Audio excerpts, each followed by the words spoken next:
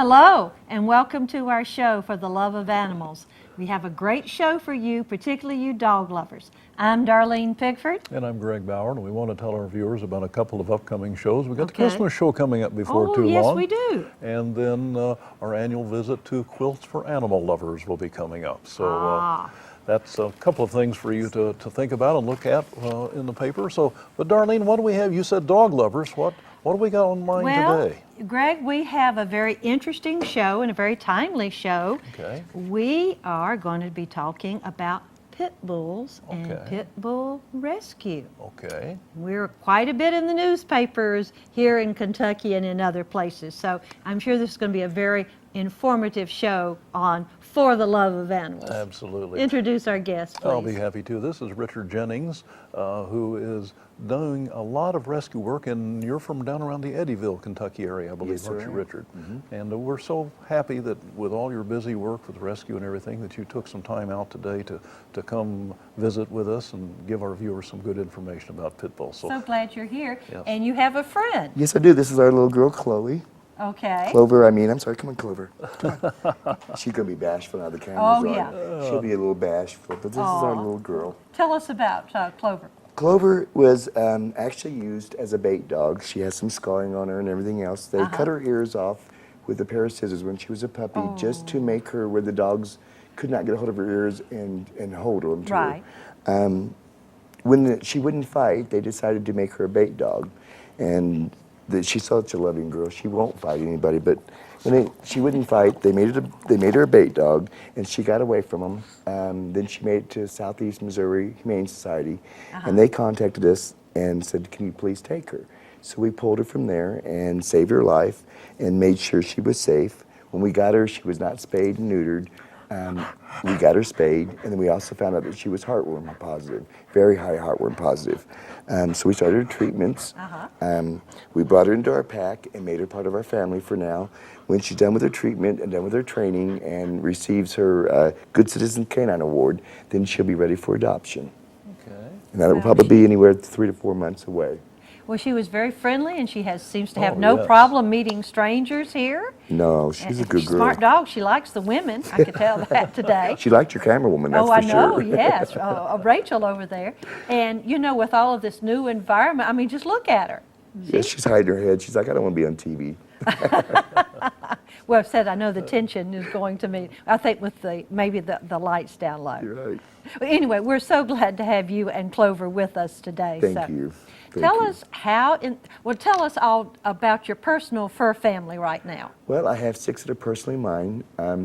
Several years ago, I was living in Waco, Texas, and when I was living there, it was like everybody else in the world. I was very scared of pit bulls. All I knew about them was they were vicious, they would attack you, they would, rip off your face, they kill your kids, don't get near them, And I'm out there, it's a Shamrock station, and I'm next to this other vehicle, and there's this dog in the back of it, beautiful dog, and I'm like, whoa. And we started talking to the guy and everything else. He said, well, he's up for, if anybody wants him, well, you can have him. And I'm like, okay, I'll take him. Well, I'd already said I'll take him.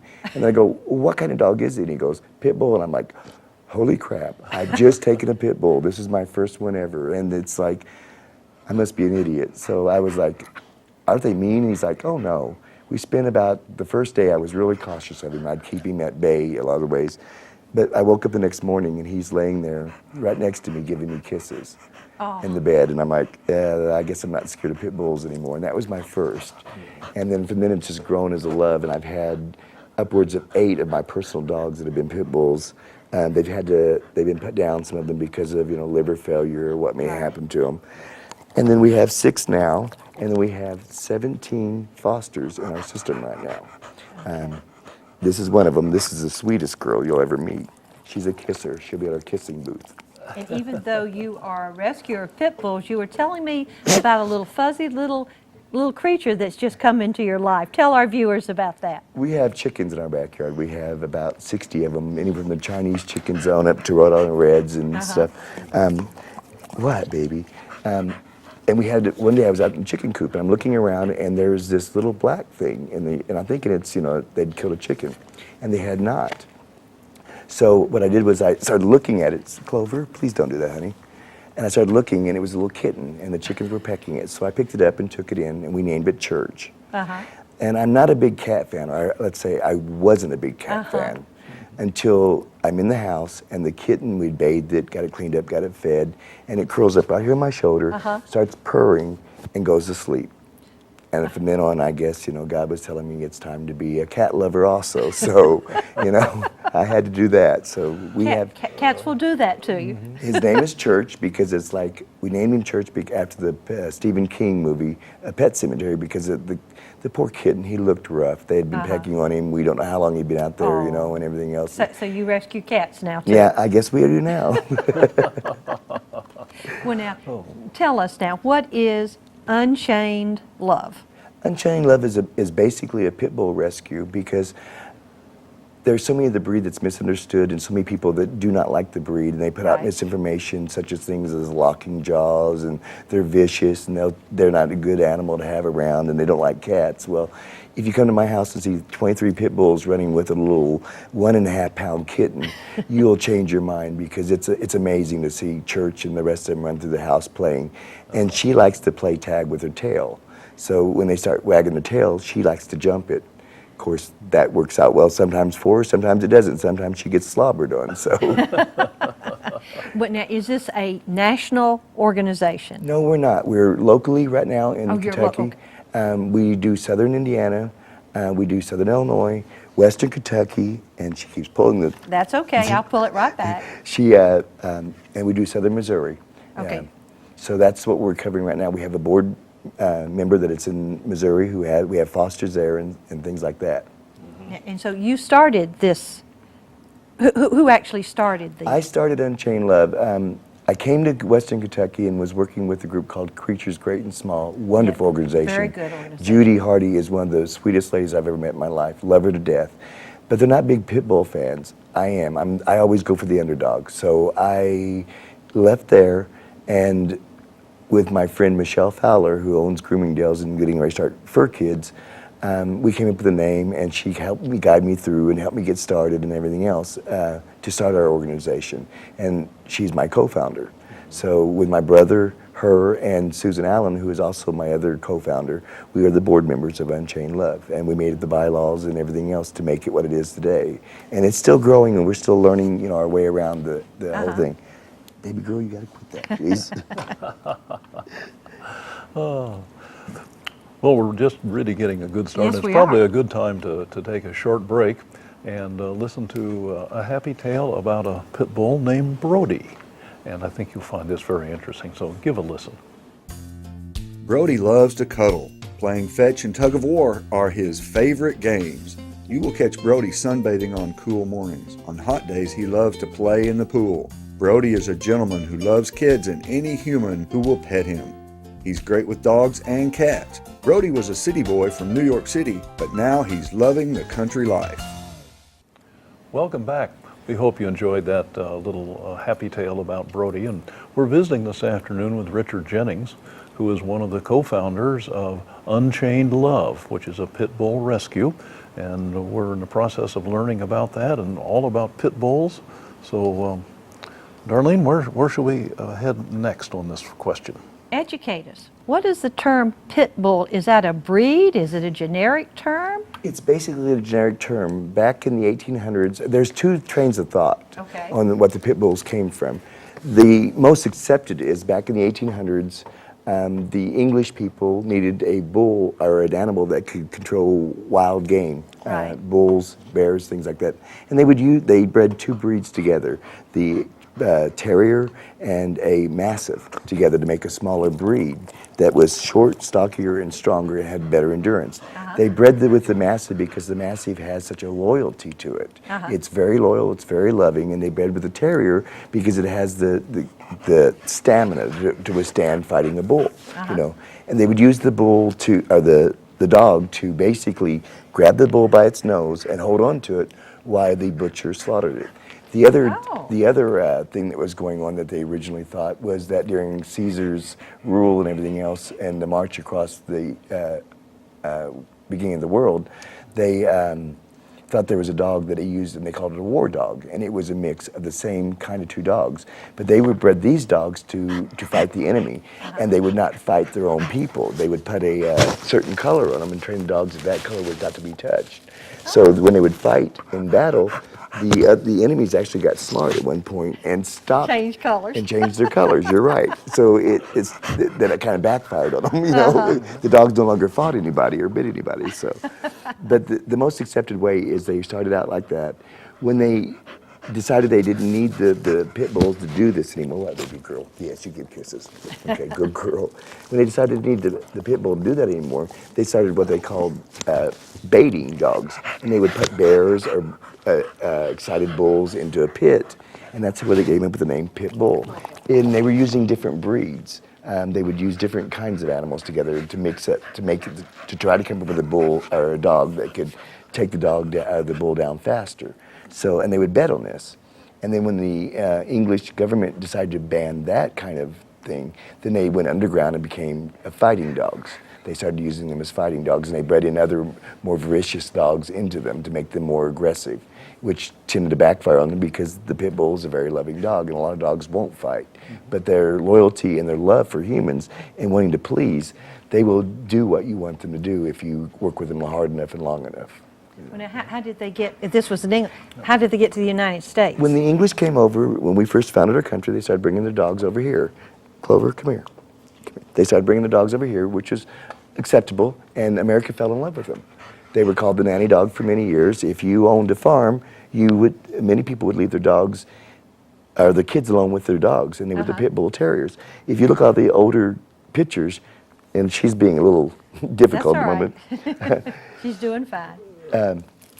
You'll see a lot of pictures of the 1800s around the turn of the century that were with children and pit bulls. That was America's favorite dog. They were called the nanny dog. Then in the 1920s and all like that, they came along and they were on the our gang. The RCA Victrola dog is a pit bull. That's right, it is a pit bull. Yes, it is. The Buster Brown show had How pit about bull. the Little Rascals? The Little Rascals had him. Yeah. And then the most decorated dog in all of American war history was a dog named Sergeant Stubby, who was a dog that wandered up on a camp and became friends with the U.S. military. And he saved many, many, many dogs. I mean, many, many humans, I'm sorry. And he was the most decorated dog in the history of it, you know. So our love of the pit bull has been around for centuries, you know, whether it be in England or here. And then recently in the 80s, when the drug dealers and gangbangers came along, they started changing things to, Clover, are you getting excited, baby girl? Are you getting bored? So you're not paying enough attention to I guess not. Come here and sit. The gangbangers started using the dogs as social symbols and all, because they wanted to have something that was used as a guard dog, and they're very good guard dogs. And Sonny and Cher even used one. And I forget who was the people that killed the Marilyn Manson people or whatever back in the 80s when all that happened, late 70s. They actually got a pit bull to protect them and their daughter whenever they were living in Hollywood, because they didn't want the same thing happening to them. So it was kind of funny how America's love went from loving the breed to almost hating the breed and wanting them extinct, you know. What an interesting observation. So Interesting history. It's very rich history. The pit bull has one of the richest histories of any animal out there.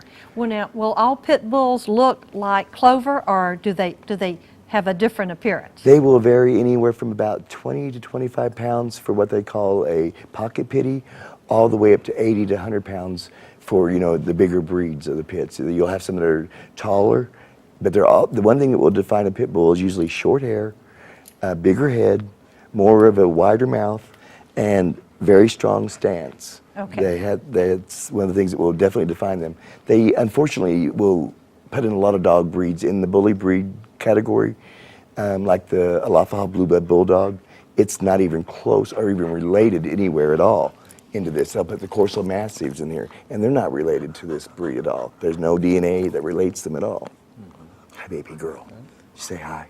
Well, if somebody were to say that the pit bull is vicious, it's going to attack me, et cetera, it's going to, kill humans and animals, I'm sure how would you, as you've been replying, how would you reply to that comment. And that's the case with any dog. I mean, the American Temperament Society tested all the breeds. The most vicious breed out there, and this is hard to believe because it's a little miniature dachshund, that's the most vicious. Then Is the it second, really? yes, and the second is a Chihuahua, as far as viciousness goes. As far as a pit bull is a product of what you train it. They want Yes. they want to love their master so much and please them so much that they will do whatever you Whatever want the to. human owner or trainer tells them to, or It's not directs them. their being viciousness is not an inherited trait. It's a trained trait. You know, they don't come out biting you. You know, they come out and want to lick you and be loved and cuddled around, carried around. And where are you wanting to go, Missy? Come back here. Come Come back here. over this way, honey. Yes, come on, come on. Yes, yes. Okay. Okay, tell us about BSL. BSL or BDL, whichever you want to use, it's an Okay. interchangeable term for a lot of different communities. And BSL is breed-specific legislation, or BDL is breed discriminatory legislation. And what it basically does is it deems a breed of dogs that they are inherently bad, and they ban them in the area or put certain restrictions on them. It doesn't work. It's very costly. It will not work on the fact that the simple thing is, like Livingston County, they just enacted BSL in their county. They have already on their books a law that says all dogs have to be on leashes. They have one game person or one animal control person to run the whole county. How's he going to go around and make sure all the pit bulls? Even on my own property, if I have a pit bull, it's supposed to be on a leash. Yes, if you're out of the house, any animal in Livingston County is supposed to be leashed. Period, and that's a good law. It's a responsible owner that will keep their Maybe animal. off your property or just out of the house. You're not to let your animals run loose free. Okay, If well, you're, that's- if right. they're outside of an enclosure, they are to be leashed. And that's a good law because, I mean, I agree with that. We need to take responsibility for animals.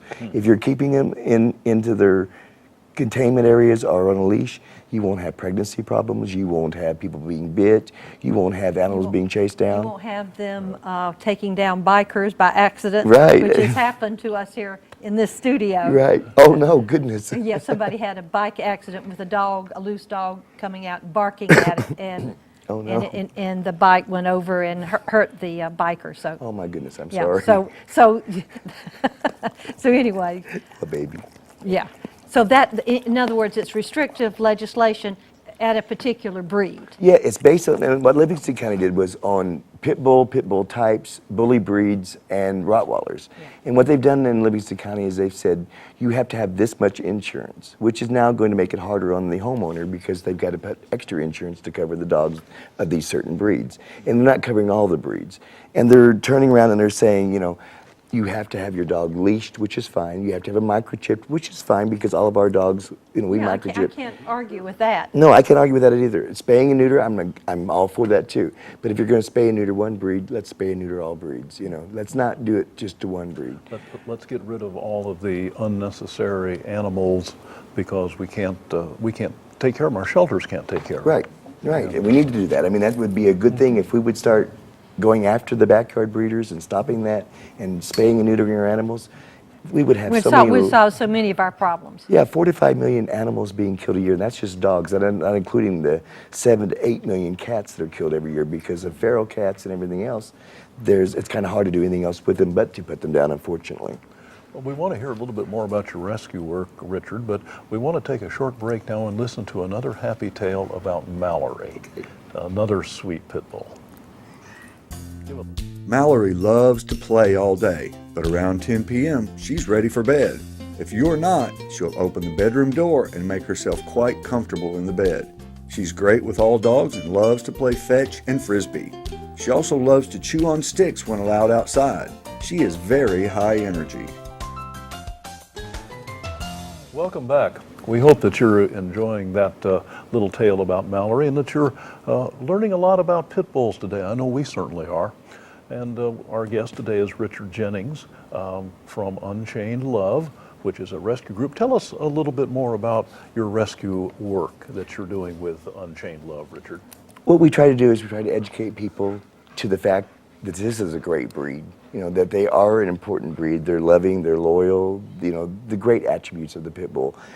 For so long, we got to see all the bad attributes. The media posted dog bite, dog killed, dog attack, you know, and it was all pit bull. There was never, you know, German Shepherd involved or Chihuahua bit a kid or whatever, you know. It was always pit bulls. We're trying to educate the public to this fact. We're trying to educate the public to the fact that, you know, you need to spay and neuter your animals. We do have a spay and neuter program that we're developing right now to help out people who are low income. We also try to help That is people. wonderful. That is Thank you. really, really needed. We try to also help people that are, you know, that need food for their animals, that maybe they fell in hard times, they've lost a job, and, you know, they have no other choice but to give up their animal. Instead of giving it up, we will supply them with food for a few months to help them get through their tough times. And this is so great because when you give up your animal that's had a loving home, it may not have had the best quality diet, but it got food, it had a home, and it goes to a shelter, what happens to it? It gets depressed, it sulks, it's sitting there waiting, it wants to go home. Yes, of course it Both does. the cat and the dog, they want to go home. They don't understand what's going on. They don't understand why they were thrown away. Nope, they don't. And it's a sad thing because people are, and animals are a throwaway in our society. You know, we Yes. don't, you know, when you adopt from us, we make it plain that you need to adopt for life. You know, if something ever happens that you cannot take care of one of our babies, And then you that bring them can back. happen, right. You know, and sure, it can happen. How long does a pit bull live? What's the Anywhere life? from 8 to 12 years, depending on the breed of the pit bull and what they might have mixed with them. Okay. You know, most live around 10 years. Around That's 10 about the years. expectancy of a pit. Yeah, and if it's taken real good care of, it probably will live longer. I had a pit bull named, my first pit bull named Taz. We gathered he was about 13 years old when we had to put him down because of liver failure. Uh-huh. So, Now, in your rescue work, you do a lot of things with transport. Tell us about the transport activities. we do. We help if there's a animal that, say, in McCracken County Animal Shelter that needs to get out of there before they have to euthanize that due to space. And I want to say this about McCracken County Animal Shelter. They don't euthanize unless it's necessary. low- They have low to kill. They have to do it when it's necessary, you know. And we understand that. So we try to help them. We transport dogs that may need to go to maybe Louisville if they need a dog transported there.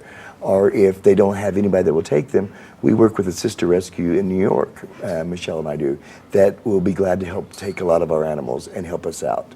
And it's kind of a great thing because they don't have the Pyrenees or maybe the labs that we have down here, which are in abundance here.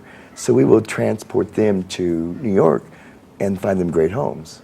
So it's an amazing thing when we save animals like that. So your transport work actually involves other breeds other than pit bulls? Oh yes, oh yeah. I mean, we are only basically a pit bull breed because right now the pit bull is the underdog. You know, tomorrow if they go They back need into the the Rottweiler, most help right yeah, now. they do. And tomorrow, if it's going to be the Rottweiler, we'll go back to the Rottweiler. You know, they've done that in the '80s. They tried to ban Rottweilers, Dobermans. I remember. You know, and they've done all this stuff for years. But the ones they've gone after the most with the most viciousness has been the American Pit Bull Terrier breeds. You got Denver who enacted their BSL laws, and they rounded up and killed almost 7,000 dogs in less than 30 days. Oh my gosh. And the owners had no choice. They just made the law. They came to their house, knocked the door, and took your dog. You know. That's, I wasn't that's aware. Gestapo-like. Yeah, it is Gestapo-like, and we are in America. I thought we were. You know. Okay, now your organization, what is your website? Our website is www.unchainedloveinc.org. Yeah, inc.org. Yeah. Yes. Okay, and if I wanted to find out, you have a mailing address. What is your mailing Our address? mailing address is P.O. Box 336, Eddyville, Kentucky 42038. Okay, and do you have a phone number that you'd like to We give? sure do. We have a Google Voice, and the reason why we use Google Voice is because if we give out one cell phone number, I then gotcha. we cannot transfer the calls to one of the other board members. So Right. we use the Google Voice that we can transfer around, and that is 812-463-2331. Okay. Well, listen, Greg and I certainly do think that you're doing a wonderful job, and I'm sure that this mailing address, if anybody wanted to send a donation, that you are applying for the 501c status. Yes, we have. 501c3. We've applied for that. 501c. But Greg and I would like for you to accept this small donation Oh, well, to thank you help very much. to help with See, anything sweetheart, in your organization very sweet people in the world. to help the good work. One, you're helping animals, you know, they are kind of the bottom of the barrel right now. You're helping them to get better press. You're rehoming them. If you're helping people keep their animals and feed their animals and spay their animals, I mean, there's no better work with dogs than that. So we certainly are very appreciative, you know, of your beginning efforts Thank there. you. Thank you So very much. maybe you'll get some other donations through the mail or whatever, or maybe some volunteers to help you But I in was your gonna say, fostering network. As well as donations, what are some of the other things that people can do to Yeah, help? what else? How can people help your organization? We always need fosters. Okay. We're always needing fosters. If you can open your home up and give one of our animals, you know, we will train you on how to deal with any situations that come up. We will train you on how to teach the dogs on how to be a good citizen. You know, we will train you on any avenue we need if you have the time and the determination to help that animal. We also have things like we have T-shirt sales that we do, bumper sticker sales. You can always find those on our website. And October is a great month for us because we have the National Pit Bull Awareness Day. It'll be here in Paducah. We'll be doing that every year in October. Okay. For more information, you just go to our website and find out when it is and where it's going to be held at and what we'll be doing. All right, now you say that's a national event? Yes, ma'am, it is. Okay, and so you're just enacting it here locally? Yes, ma'am, we are. Okay, I think that's We great. are. Okay. National Pit Bull Awareness, is it month or day? Day. This Day. is National Pit Bull Month. October is always National Pit Bull Month, but this is the day that we've donated to do many things. Okay. We also do things like pack walks too. So if you come to our website, you can check out our pack walks. Bring your animal out. All animals are welcome, whether it be a Chihuahua or a Pit Bull or anything in between. We don't care. Come out and socialize your animal because we believe that training and socialization are the key to keeping a well-balanced pack and a well-balanced animal. So. Absolutely. Wow. What information here, Greg. Oh, absolutely. And unfortunately, we're getting to come to the end of it here. And Richard, we'd like to thank you so much for taking time out of your busy schedule to spend some time with us today. And we've learned a lot about pit bulls. Yes. I know we certainly have, and Yes. we hope our viewers have too. So thanks again for coming and bringing our sweet little friend Clover there. Yes. Sweet little dog. And hope in 4 or 5 months she finds a very, very good home. Well, thank you for having us because this, you know, you helping us spread the word helps our organization grows and it helps people understand that this breed is not what the media makes it out to be. And thank you for having us. You're Okay. most welcome. Well, Darlene. Time passes real fast when you're having fun, doesn't it, Greg? Absolutely. And in closing, we'd like to remind our viewers what we say every time. Give your pet a little extra love today And every every day. See you next time. Even those pit bulls. Bye. Absolutely. Bye.